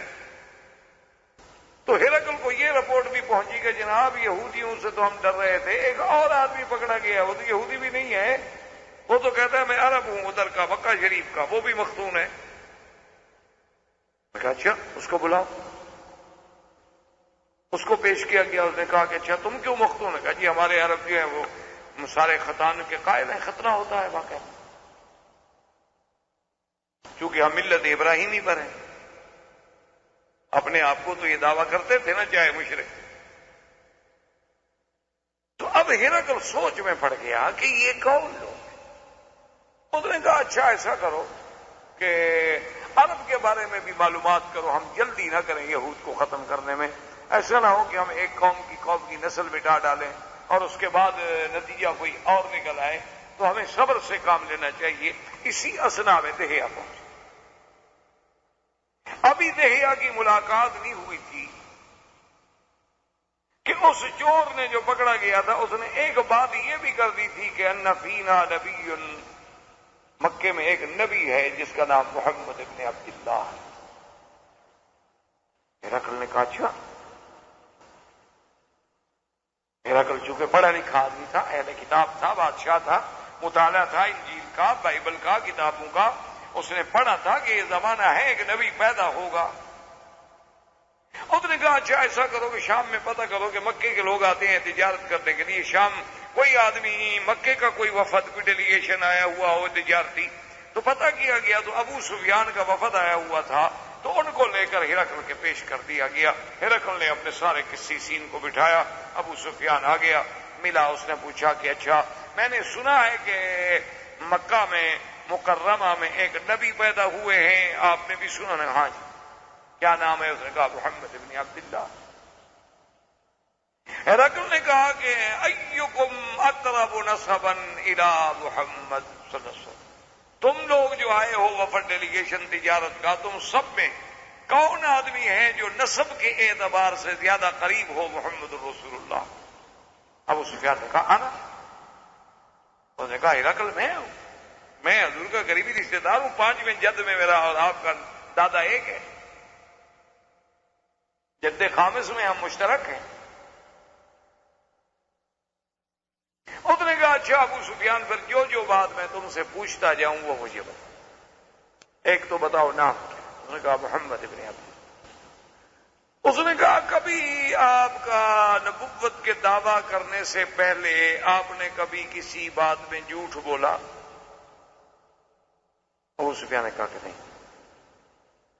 کوئی معاہدہ کرے، وعدہ کرے، عہد کرے تو پورا کرتا ہے یا توڑ دیتا ہے؟ ابو سفیان نے کہا میں نے سوچا موقع تو ہے کوئی جھوٹ بولوں، لیکن میں نے سوچا کہ پھر قیامت تک عرب میں آر رہے گی کہ ابو سفیان نے سردار ہو کے جھوٹ بولا تھا، ورنہ میرا دل چاہتا تھا کہ میں حضور کے خلاف کوئی بات جھوٹ بول دوں۔ آج تو مسلمان جھوٹ بولتے ہوئے فخر کرتا ہے نا، بلکہ جو جتنا بڑا جھوٹا ہو اتنا بڑا سیاسی لیڈر بن سکتا ہے۔ لیڈر بننے کے لیے آج خصوصیات میں ایک خصوصیت یہ بھی شمار ہوتی ہے کہ وہ جھوٹ کتنا بڑا بول سکتا ہے اور کتنے بہتر انداز میں بول سکتا ہے۔ یہ کافر ہے، وہ کہتا ہے میں نے سوچا کہ جھوٹ بولوں، مجھے موقع ہے جھوٹ بولنے کا، اور مجھے یہ بھی پتا تھا کہ جتنے آدمی کھڑے ہیں اگر میں نے جھوٹ بولا تو یہ بھی میری توہین یا تردید نہیں کریں گے، جانتے ہیں کہ میں سردار ہوں، لیکن خفت میں ڈر گیا کہ یار میرے خاندان پر ایک بٹا لگ جائے گا کہ ابو سفیان نے چلو حضور کے ساتھ دشمنی تھی لیکن دشمن پہ جھوٹ کیوں بولا؟ تو اس نے کہا اچھا کبھی معاہدہ؟ اس نے کہا جی بات یہ ہے کہ معاہدہ ابھی ہمارا ہوا ہے، 1-2 سال گزرے ہیں، حضور صلی اللہ علیہ وسلم 10 سال کا معاہدہ ہے، پتہ نہیں پورا کرتے ہیں کہ نہیں کرتے۔ لیکن ابو سفیان کہتے ہیں واللہ خدا کی قسم میں سمجھتا ہوں میں یہ بھی جھوٹ بولا، مجھے یقین تھا کہ حضور اپنا وعدہ پورا کریں، معاہدہ پورا کریں گے، حضور صلی اللہ علیہ وسلم کبھی وعدے میں خیانت نہیں کر سکتے۔ اس نے اس کے بعد پوچھا اچھا یہ بتاؤ کہ حضور صلی اللہ علیہ وسلم کے ماننے والے جو ہیں وہ بڑے لوگ ہیں یا غریب لوگ ہیں؟ انہوں نے کہا نہیں جی کیا پوچھتے ہیں، عبید اماء علفاؤنا، عبیدنا اماؤنا ضعفاؤنا، غریب لوگ ہیں، پر 1-2 آدمی ہیں کچھ، باقی تو سب غریب ہیں۔ ہرقل نے کہا ہاں ہم اتباع الرسل، اگر اس کی اتباع کرنے والے غریب ہیں تو پھر وہ نبی ہے، کیونکہ حق کی اتباع کبھی سرمایہ دار نہیں کرتا ہے جلدی سے، حق کی اتباع ہمیشہ نصیب ہی غریبوں کو ہے۔ اور اس کے بعد اس نے اور سوالات کیے، کرتا گیا، جب سارے سوالات ختم ہو گئے تو کہنے لگا ابو سفیان واللہ لو کنت فی موضعہ لغسلت قدما، خدا کی قسم آج اگر میں اس جگہ ہوتا جہاں محمد مصطفیٰ ہیں تو میں آپ کے پاؤں دھو کے پی لیتا۔ وہ سچا نبی، سارے حیران ہو گئے، ابو سفیان حیران ہو گیا، اس نے کہا اچھا جاؤ تم۔ جب باہر نکلا تو کہنے لگا ظہر امر ابی کبشا، اپنے ساتھیوں سے کہنے لگا یار سنو محمد مدنی کی بات کہاں جا پہنچی، ہم تو ادھر ادھر کی بات کر رہے تھے، دیکھو سپر پاور کا جو سب سے بڑا بادشاہ ہے، روم کا بادشاہ، وہ کہاں پر ہے، وہ کہتا ہے میں ان کے پاؤں دھو کے پیوں گا۔ یار اب تو بات بڑھتی جا رہی ہے۔ تو خیر تہے آ گئے، تہے نے آ کے جب خط دیا تو جب ہرقل نے خط پڑھا حضور کا تو رونے لگا۔ اس نے کہا تہیا ایک بات کرو، میں آخر بادشاہ ہوں، اتنا جلدی میں کوئی فیصلہ نہیں کر سکتا، تم کساتر ہمارا جو سب سے بڑا عالم ہے نا اس کے پاس یہ خط لے کر جاؤ، اس کو پوچھو کہ ہرقل کہتا ہے تمہاری کیا رائے ہے۔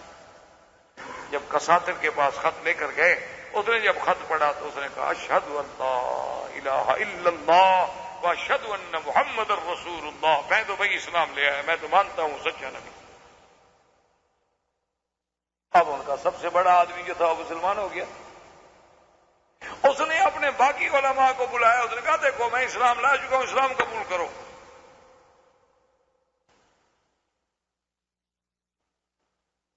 انہوں نے کہا نہیں، ہمیں سوچنے کا موقع تو نے کہا کیا سوچ، تم نے جو کتابوں میں پڑھا ایک ایک علامت، ایک ایک نشانی جو ہے وہ محمد بدری پہ سچی ہو۔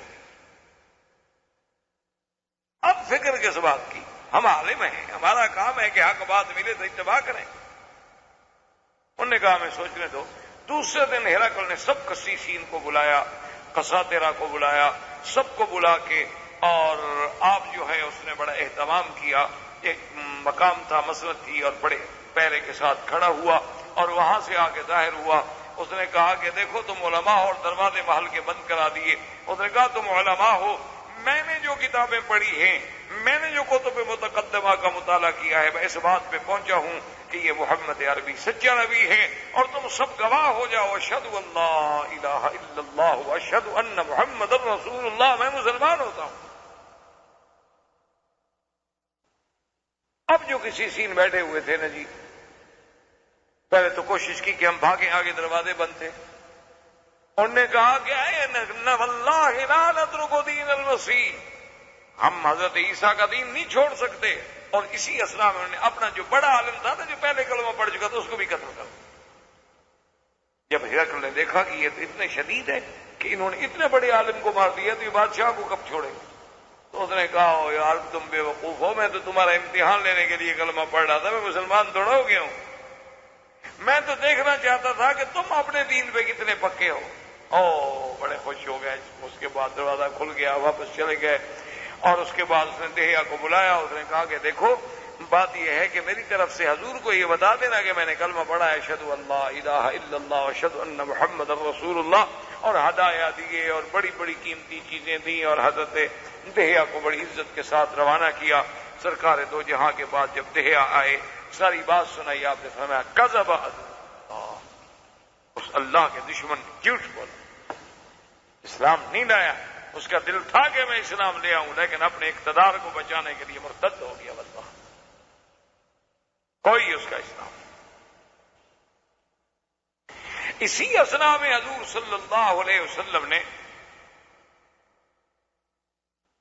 اپنا جو ایک وفد ہے عمر ابن العاص کو بھیجا عمان، اور ایک صحابی کو بھیجا بحرین۔ ایک صحابی کو آپ نے وفد بھیجا نجاشی کے پاس، ایک صحابی کو آپ نے بھیجا بازان کے پاس، ایک صحابی کو آپ نے بھیجا ابی شمر کے پاس، ایک صحابی کو آپ نے بھیجا سید غسان کے پاس، ایک صحابی کو آپ نے بھیجا کسرا کے پاس، فارس کے پاس۔ لیکن یہ وہ کسرا ہے کہ جب حضور کا خط آیا نا، خط پڑھنے لگے کہ من محمد رسول اللہ الى کسرا عظیم فارس۔ اس نے کہا اچھا، قدم اسمہ علی اسمی، آپ نے اپنا نام پہلے لکھا اور میرا نام بعد میں لکھا ہے، اس سے میں خط پڑھ۔ اس کہا جاؤ، میں نہیں مانتا۔ حضور کو جب اطلاع ملی، آپ نے کہا اللہم مزقو ومزق ملکو، یا اللہ اس نے تیرے نبی کے خط کی توہین کی ہے، اس کو بھی ٹکڑے ٹکڑے کر دے اور اس کے ملک کو بھی ٹکڑے۔ اور اللہ نے پھر ایسا ٹکڑے کیا کہ تاریخ اٹھا کے دیکھیں کہ پھر امان ہی ملی، ٹکڑے ٹکڑے ہو گیا کس طرح۔ عمان میں جب پہنچے حضرت عمر بن العاص، عمر بن العاص بڑے ذہین آدمی، حالانکہ 5 مہینے ہوئے مسلمان ہوئے، کوئی لمبا عرصہ نہیں ہوا، لیکن آدمی بڑے مدبر تھے۔ یہ عمان نہیں جس کو اردن کہتے، عمان جو بحرین سے آگے۔ وہاں جب پہنچے تو اس وقت اس علاقے میں 2 آدمی سرداری کرتے تھے، ایک کا نام تھا عبد اور ایک کا نام تھا جعفر۔ ایک حصے پر وہ بادشاہ تھا، ایک حصے پر وہ بادشاہ۔ عمرو بن العاص ذہین آدمی تھے، وہ جا کے وہاں رکے، اور رکنے کے بعد انہوں نے معلومات کیے کہ بھی یہ بادشاہ کیسے ہیں، کس بات سے خوش ہوتے ہیں، چونکہ بادشاہ ہے نا، بادشاہ تو پھر بادشاہ ہی ہوتا ہے نا، اور ان کو کس انداز میں ملنا چاہیے، کون سی بات ان کو متاثر کرتی ہے، کون سی بات سے یہ ناراض ہوتے ہیں، سارے معلومات تھی۔ معلومات لینے کے بعد یہ پتا کہ اچھا ان دو میں نرم کون ہے۔ اور اسی اسنا میں کسریٰ کو جب خط ملا نا حضور صلی اللہ علیہ وسلم کا، اور اس نے خط پھاڑا تو اس بدبخت نے حکم دیا بازان کو۔ بازان جو تھا وہ کسریٰ کے ماتحت تھا، لیکن یمن کے ایک علاقے کا حاکم۔ اس نے پتہ ہے حکم کیا دیا، اس نے کہا کہ تم فوراً محمد رسول اللہ صلی اللہ علیہ وسلم کو جاؤ مدینہ منورہ اور گرفتار کر کے میرے پاس پیش کرو۔ بازان ایک طاقت تھی، اور پھر اس کے پیچھے کسریٰ تھا۔ بازان کو جب یہ خط ملا تو اس نے کہا اب اس کے لیے اتنا میں تردد کرنے کی کیا ضرورت ہے، ہم اتنی بڑی طاقت ہیں، اب یہاں سے ہم فوجیں چڑھائیں اور مدینے پہ جا کے حملہ کریں اور آپ کو گرفتار کریں، تو مسئلہ ہی کوئی نہیں ہوتا۔ دو آدمی بھیجے گئے، جا کے محمد عربی صلی اللہ علیہ وسلم کہہ دو کہ کسریٰ کا حکم ہے اور بازان نے ہمیں بھیجے، آپ چلیں ہمارے ساتھ پیش ہو جائیں۔ دو آدمی آ گئے، حضور صلی اللہ علیہ وسلم کو آ کے ملے اور انہوں نے بازان کا حکم دیا کہ جی کسریٰ کا حکم ہے کہ بھی حضور کو گرفتار کر کے پیش کیا جائے۔ بازان نے بھیجا ہے کہ میں نہیں چاہتا کہ بات بڑھ جائے، کہ ہم مدینے والوں سے مقابلہ کریں اور آپ کو مقابلہ کر کے لے جائیں، آپ آ جائیں تاکہ ہم آپ کو کسریٰ کے حوالے کر دیں۔ آپ نے فرمایا اچھا ٹھیک ہے، میں کل جواب۔ اور کسریٰ بھی اس وقت رب کہلاتا تھا، جیسے فرعون کہتا تھا انا ربکم الاعلی، اسی طرح کسریٰ کے جو بادشاہ تھے وہ بھی اپنے آپ کو رب کہلاتے تھے۔ حضور صلی اللہ علیہ وسلم جب صبح آئے تو وہ آدمی آ گئے، انہوں نے کہا ہاں جی کیا جواب ہے، تیاری کریں چلیں ہمارے ساتھ۔ حضور نے فرمایا کہ بازان سے جا کے کہہ دو ان ربی قتل ربکم، میرے رب نے تمہارے رب کو مار دیا، اس کے پاس مجھے تم نے پیش کرنا ہے نا، وہ وقت مر گیا، جب وہ بندہ مر گیا میں کیوں جاؤں؟ کہا جی یہ کیسے ہو سکتا ہے، کسریٰ کی بات آپ کو کیسے یہاں کیسے پہنچ گئی، کل تو آپ نے یہ نہیں بتائی۔ ہاں میں نے بتائی، میں نے بتا دیا ہے، جا کے بازان کو کہہ دو بس۔ وہ دونوں آدمی واپس چلے گئے، انہوں نے آ کے بازان کو خبر کی، انہوں نے کہا کہ جی ہم واپس آ گئے۔ جب وہاں گئے تو حضور نے فرمایا کہ ان ربی قتل ربکم، میرے رب نے تمہارے رب کو قتل کر دیا، جب تمہارا رب تمہارا بادشاہی قتل ہو گیا تو میں کس کے پاس جاؤں؟ کہیں کیسے ہو سکتا ہے، کسریٰ کو کون مار سکتا ہے، کسریٰ عظیم و فارس۔ ابھی بیٹھے ہوئے یہ باتیں کر رہا تھا کہ کسریٰ کے بلد کا ایک آدمی وفد پہنچا اس کے پاس، انہوں نے آ کے خبر دی، انہوں نے کہا کہ اس کے بیٹے نے بادشاہ اپنے باپ کو قتل کر دیا۔ انہوں نے کہا کب قتل ہوا؟ وہی رات جو رات کی حضور نے خبر دی۔ تو جب اس نے دیکھا کہ بھئی حضور مدینے میں بیٹھے ہوئے ہیں، کسریٰ وہاں قتل ہو رہا ہے، قتل کرنے والا بیٹا ہے، تو کسریٰ کے اپنے دارالخلافہ میں بھی 2 دن کے بعد لوگوں کو پتا چلا ہے، محمد عربی کو اسی رات کیسے پتا چل گیا؟ اس نے کہا اپنے وفد سے سن لو، اشہد ان لا الہ الا اللہ واشہد ان محمد رسول اللہ، اللہ کا نبی ہے، میں نے کلمہ پڑھ لیا، ختم، میں مسلمان ہو گیا، میں نبی سے مقابلہ نہیں کر سکتا۔ اور اپنی قوم کو بلایا اور کہا کہ دیکھو میں مسلمان ہو گیا ہوں، مسلمان ہونا ہے ہو جاؤ، نہیں ہونا ہے تمہاری مرضی۔ اس کی قوم کے بازان کے قبیلے کے اکثر لوگ جو تھے وہ بھی اسلام میں آ گئے، اور یہ اسلام کی ایک عظیم فتح تھی کہ یمن کے ایک حصے کا بادشاہ مسلمان ہو گیا، ادھر نجاشی مسلمان ہو گیا، اور ہرقل چاہے اسلام نہ لے آیا دل سے، لیکن ظاہراً تو اس نے ایسی باتیں کی نا جس سے اسلام کا روپ پڑ گیا۔ تو اب عمرو بن العاص جو تھے وہ جا کے ملے عبد سے، اور انہوں نے اس کو کہا کہ دیکھو اس طرح میں آیا ہوں اسلام کو، جناب بڑا غصے میں آ گیا، میں نہیں جانتا۔ انہوں نے کہا دیکھو عبد ٹھنڈے دل سے غور کرو، اسلم بازان، بازان اسلام لا چکا، اب بازان کے پیچھے تو کسریٰ ہے، انہوں نے کہا وہ مر گیا۔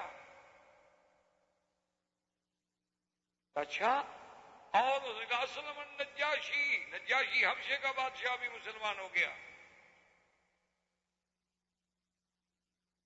جاشی حبشے کا بادشاہ، اس نے کہا، انہوں نے کہا اور سنو، اسلم ملک و بحرین، بحرین جو ہمارے قریب جو ہے نا وہ بادشاہ بھی مسلمان ہو گیا، اس نے بھی کلمہ پڑھ لیا ہے۔ سوچو، غور کرو، اتنے بادشاہوں سے لڑو گے تم؟ اب ایک بات اس نے کہا اچھا مجھے غور کرنے دو، میں جعفر سے بھی بات، اس نے کہا تمہاری مرضی۔ اس نے جا کر جعفر سے بات کی، جعفر نے کہا اچھا اس آدمی کو بلاؤ جو خط لایا ہے، عمرو بن العاص کو بلایا۔ عمرو بن العاص نے پھر اسلام کے محاسن، حضور صلی اللہ علیہ وسلم کے معجزات اور حضور صلی اللہ علیہ وسلم کا ہرقل کے پاس آدمی بھیجنا، ہرقل کا جواب دینا، یہ ساری باتیں جب پیش کی تو انہوں نے کہا اچھا دیکھو تم گواہ ہو جو ہم دونوں بھی کلمہ، عبد اور جعفر جو تھے یہ دونوں بھی مسلمان، اللہ تبارک و تعالیٰ نے ان کو بھی اسلام نصیب۔ اسی طرح حضور صلی اللہ علیہ وسلم نے اپنا خط بھیجا بقوقس کے پاس، یہ بھی روم کے ایک علاقے کا بڑا تھا۔ بقوقس کو جب حضور صلی اللہ علیہ وسلم کو خط ملا، اس نے خط پڑھا اور اس کے بعد اس نے اپنے علماء سے رجوع کیا، ساری تسلی کرنے کے بعد اس نے بھی آ کر اپنے شاہی عدالت میں جہاں بیٹھتے تھے وہاں اپنے ایوان میں بیٹھ کے اس نے کہا کہ دیکھو لوگوں، مجھے تحقیق ہو چکی ہے وہ اللہ کے سچے نبی ہیں، میں بھی کلمہ پڑھتا ہوں اشہد ان لا الہ الا اللہ واشہد ان محمد رسول اللہ۔ اب ہر طرف سے اسلام اسلام، لیکن فتح مبین ہے حدیبیہ کے نہیں؟ اس وقت تو کسی کو سمجھ نہیں آ رہی تھی نا کہ ہم تو بزدل بن کے سلو کر رہے ہیں، لیکن اللہ نے فرمایا انا فتحنا لک فتحا مبینا لیغفر لک اللہ ما تقدم من ذنبک وما تأخر ویتم نعمته علیک ویہدیک صراطا مستقیما وینصرک اللہ نصرا عزیزا۔ اب جب آپ سورت فتح پڑھیں تو پھر ان واقعات کو ذہن میں رکھیں، پھر دیکھیں قرآن کیسے سمجھ آتا ہے، پھر دیکھیں کہ قرآن کیسے سینے میں اترتا ہے۔ ایسے تو آدمی پڑھ کے چلا جاتا ہے فتح، ہم نے فتح دی، آپ کو فتح دی اتر گیا، کیا فتح دی بھی؟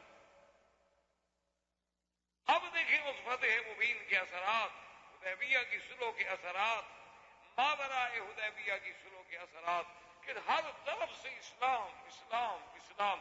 اور مقوقس نے پھر حضور صلی اللہ علیہ وسلم کی خدمت میں دو کنیزیں جو اعلیٰ خاندان سے تعلق رکھتی تھیں اور قبط کے معروف خاندانوں سے، اور ایک بغلہ کہتے ہیں جی خچر، اور قیمتی ہدایا اور سونے چاندی کے دینار حضور کے پاس ہدیہ بھیجے۔ یہ وہی بی بی ہے ماریہ قبطیہ جس کے ساتھ پھر حضور صلی اللہ علیہ وسلم نے شادی کی اور اپنی بیوی بنایا، اور یہ وہی ماریہ قبطیہ ہے جس کے بدن سے اللہ نے حضور کو بیٹا حضرت ابراہیم۔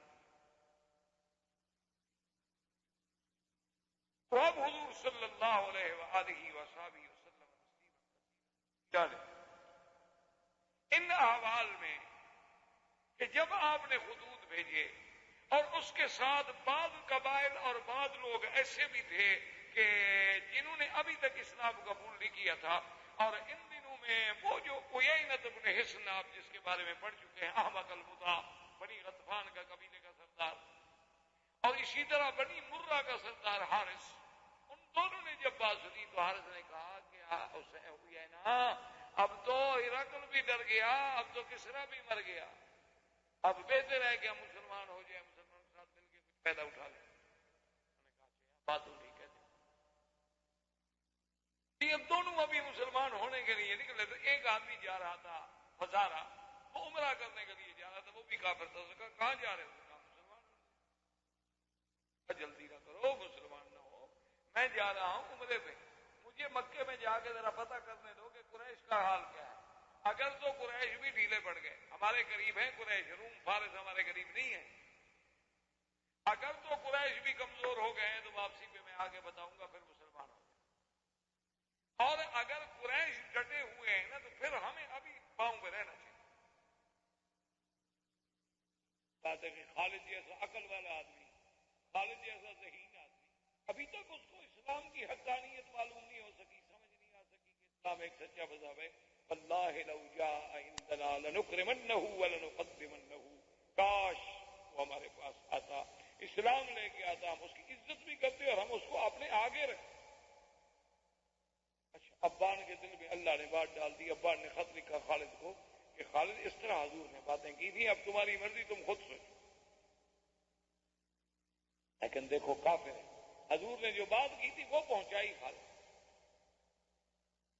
اسی اسنا میں عمرو بن العاص مکے میں آئے، ان کی ملاقات خالد بن ولید سے ہو گئی۔ انہوں نے بتلایا کہ اللہ کے بندے، وہ تو عبد بھی مسلمان ہو گیا، جعفر بھی مسلمان ہو گیا، بحرین بھی مسلمان ہو گیا، کیا سوچ رہے ہو؟ کیوں اپنے آپ کو اسلام کے پیچھے چھوڑ رہے ہو؟ اسلام ایک سچا مذہب ہے جو غالب ہے۔ خالد نے کہا کہ اچھا، تو خالد بن ولید بھی مسلمان ہو گئے، عثمان بن طلحہ بھی مسلمان ہو گئے، ان دونوں کا اسلام عمرو بن العاص ذریعہ بنے، اور یہ تینوں جب آئے اور حضور صلی اللہ علیہ وسلم کے مدینہ منورہ میں داخل، فکبر حضور فرمایا اللہ اکبر، حضور نے فرمایا دخل شباب فی الاسلام، کیا جوان اسلام میں آئے ہیں، تینوں شباب تھے۔ اور پھر خالد ولید تو وہ آدمی ہیں کہ پورے عرب کی تاریخ میں، یعنی حضور صلی اللہ علیہ وسلم کے قرن میں صرف دو آدمی تھے، ایک خالد بن ولید اور ایک زبیر بن العوام، جو دونوں تلواروں دونوں ہاتھ سے لڑتے تھے، ورنہ آج تک کوئی بہادر ایسا نہیں ہوا جو دو ہاتھ سے لڑے۔ ہمیشہ تلوار ایک ہاتھ سے چلائی جاتی ہے، دوسرے میں طرز پکڑتے ہیں، ڈھال پکڑتے ہیں، گھوڑے کو پکڑتے ہیں اور ایک ہاتھ سے تلوار چلاتے ہیں۔ لیکن یہ دونوں ایسے بہادر تھے کہ دونوں ہاتھ سے تلوار چلاتے تھے اور گھوڑے کو اپنے ٹانگوں سے قابو رکھتے تھے، اور ماشاءاللہ قد اتنا بڑا تھا کہ گھوڑے سے بھی پاؤں زمین پہ لگ جاتا، طویل قامت، اور اتنی ہیبت ہوتی تھی کہ دشمن سامنے کھڑا نہیں کام لے آئے۔ اور وہ فضالہ جب آیا تو اس نے قریش سے پوچھا کہ مکے والوں کیا خیال ہے، حالات کیا؟ انہوں نے کہا ہم تو تیاریاں کر رہے ہیں، حالات کیا ہیں؟ ہم نے تو صلح حدیبیہ کا ایک بہانہ بنایا کہ کچھ ہمیں تیار ہونے کا موقع مل جائے، ہم تو تیاری کر رہے ہیں، بس تھوڑی دیر ہے، ہم جب تیار ہو گئے ہم تو پھر حملہ کریں گے مکے میں، مدینہ منورہ۔ حضور صلی اللہ علیہ وسلم کو ایک اطلاع یہ ملی، اور ایک اطلاع یہ ملی کہ بنی غسان جو ہیں وہ تیاری کر رہے ہیں مدینہ منورہ پہ حملہ کرنے کی، جس کو مارکہ موتا کہا جاتا ہے، موتا۔ تو حضور پاک نے اس کے لیے عمرو بن العاص کی قیادت میں حکم دیا، لشکر کو موتا روانہ کیا، وما علینا الا البلاغ۔ برادران اسلام، واجب الاحترام بزرگوں، دوستوں، بھائیوں، عزیز نوجوانوں، حضور صلی اللہ علیہ وسلم کی سیرت طیبہ کے دروس کے سلسلے میں الحمدللہ ثم الحمدللہ کہ ہم نے سرکار دو جہاں حبیب کبریا سیدنا محمد مصطفیٰ صلی اللہ علیہ وسلم کی ولادت طیبہ سے لے کر پھر آپ کی ہجرت، غزوہ احد، غزوہ احزاب، اجلاء یہود، اور اس کے بعد غزوہ خیبر، اور غزوہ خیبر کے بعد حضور صلی اللہ علیہ وسلم کا واپس مدینہ منورہ میں تشریف لے آنا، اور مختلف سرایا کو مختلف علاقوں میں بھیجنا، تاکہ جن لوگوں نے احزاب کے موقع پر بغیر کسی عداوت کے کفار قریش کے ساتھ مل کر مدینہ منورہ پہ چڑھائی کی، ان کو ادب سکھلایا جائے تاکہ آئندہ کوئی قبیلہ ایسی جرت نہ کر سکے۔ اسی ضمن میں حضور صلی اللہ علیہ وسلم نے ایک سریہ میں لشکر تیار فرمایا، اور اس کو غساسنہ، یہ بنو غسان، یہ بنو غسان جو ہیں یہ روم کے حلیف تھے، جیسا کہ آپ پڑھ چکے ہیں اور تاریخ میں سن چکے ہیں کہ اس دور میں جو سپر پاورز تھی یہی تھی، روم تھا، کسریٰ تھا۔ تو یہ غسان جو ہیں، غساسنہ جو کہلاتے تھے، یہ خود بھی ایک بہت بڑا قبیلہ تھا، لیکن یہ حلیف تھے روم کے۔ حضور صلی اللہ علیہ وسلم نے بنو غسان کی تعذیب کے لیے جو لشکر تیار فرمایا، تقریباً 2000 آدمی پر مشتمل، کیونکہ وہ بہت بڑا قبیلہ تھا اور بڑا طاقتور قبیلہ تھا، جسے بعد میں غزوہ تو آپ نہیں کہہ سکتے چونکہ حضور صلی اللہ علیہ وسلم تشریف نہیں لے گئے، جسے آپ جنگ کہہ سکتے ہیں، مارکہ کہہ سکتے ہیں، سریہ کہہ سکتے ہیں، موتا کے نام سے کتابوں میں، احادیث میں، سیر میں مشہور ہوا، کیونکہ اس جگہ کا نام موتا تھا اور قلعہ جو تھا وہ موتا کا قلعہ کہلاتا۔ اور اس سریے میں ایک عجیب بات ہوئی کہ حضور صلی اللہ علیہ وسلم نے جب سریے کو حکم دیا جانے کے لیے تیار کیا تو آپ نے فرمایا کہ سب سے پہلے تو اس سریے کا پرچم جو ہے وہ حضرت زید اٹھائیں گے، اور اگر حضرت زید شہید ہو جائیں تو پھر یہ پرچم جو ہے حضرت جعفر اٹھائیں گے، اور حضرت جعفر کے بعد یہ پرچم جو ہے ابی عبیدہ بن الجراح اٹھائیں گے۔ ایک روایت میں ہے کہ عبداللہ ابن رواحہ اٹھائیں۔ حضور صلی اللہ علیہ وسلم نے عام طور پہ جو لشکر ہوتے تھے، فوج ہوتی تھی، وہ جمعرات، جمعہ کے دن زیادہ سفر نہیں ہوتے تھے۔ یہ پہلا سفر ہے جو صحابہ نے جمعہ کے دن صبح کی نماز کے بعد شروع کیا، اور اسی سفر میں عبداللہ ابن رواحہ جو تھے وہ واپس آ گئے راستے سے۔ ان کے دل میں یہ آیا کہ جب مدینہ منورہ میں جمعہ ہے اور حضور صلی اللہ علیہ وسلم کے ساتھ جمعہ پڑھنے کی سعادت کو معمولی سعادت تو نہیں ہوتی، اور پھر ہم لوگ جہاد پہ جا رہے ہیں، خدا جانے واپس بھی آئیں گے یا نہیں آئیں گے۔ تو وہ واپس آ گئے مدینہ منورہ میں، انہوں نے آ کر جمعہ حضور صلی اللہ علیہ وسلم کے ساتھ پڑھا۔ حضور کی جب نظر پڑی تو حضور نے جمعہ سے فارغ ہونے کے بعد بلایا، فرمایا کہ عبداللہ کیا ہو گیا تھا؟ ہم نے آپ کو حکم دیا ہے کہ آپ غساسنہ کی طرف جائیں اور آپ واپس آ گئے۔ اس نے کہا رسول اللہ میں کسی وجہ سے یا کسی کمزوری سے واپس نہیں آیا، بس میرے دل میں آ گیا کہ آج جمعہ کا دن ہے اور حضور کے پیچھے مدینہ منورہ میں جمعہ ادا کروں، اور پھر میرے پاس الحمدللہ بڑی تیز رفتار سواری ہے اور میں قافلے کو ابھی جا کے پکڑ لیتا ہوں۔ حضور نے فرمایا تم جانتے ہو کہ اگر ساری دنیا جو ہے نا وہ اگر تمہیں مل جائے اور اللہ کے راستے میں خیرات کرو تو ان کے ثواب کو تم نہیں پہنچ سکتے جو جا رہے ہیں۔ تو خیر عبداللہ بن رواحہ چل، جب یہ قافلہ روانہ ہو گیا تو ان کی مدد کے لیے اور صحابہ بھی بھیجے گئے۔ اب ان کا جو عدد تھا وہ 3000۔ ایک یہودیوں کا بہت بڑا عالم تھا، اس کو جب ایک صحابی نے یہ بات سنائی کہ اس طرح حضور پاک نے لشکر بھیجا ہے، سریہ بھیجا ہے، اور آپ نے فرمایا کہ پہلے پرچم زید لے گا، پھر جعفر لے گا، پھر عبداللہ لیں گے، تو اس یہودی نے کہا کہ تم سمجھتے ہو یہ کیا بات ہے؟ کہا کہ نہیں کوئی بات نہیں، یہ تو پرچم ہے، بھئی جنگ میں کبھی وہ اٹھاتا ہے، کبھی وہ اٹھاتا ہے، کبھی وہ اٹھاتا ہے۔ اس نے کہا نہیں، اللہ کا نبی جب ایسی بات کرے تو یہ دلیل ہوتی ہے کہ وہ لوگ شہید ہو جائیں گے۔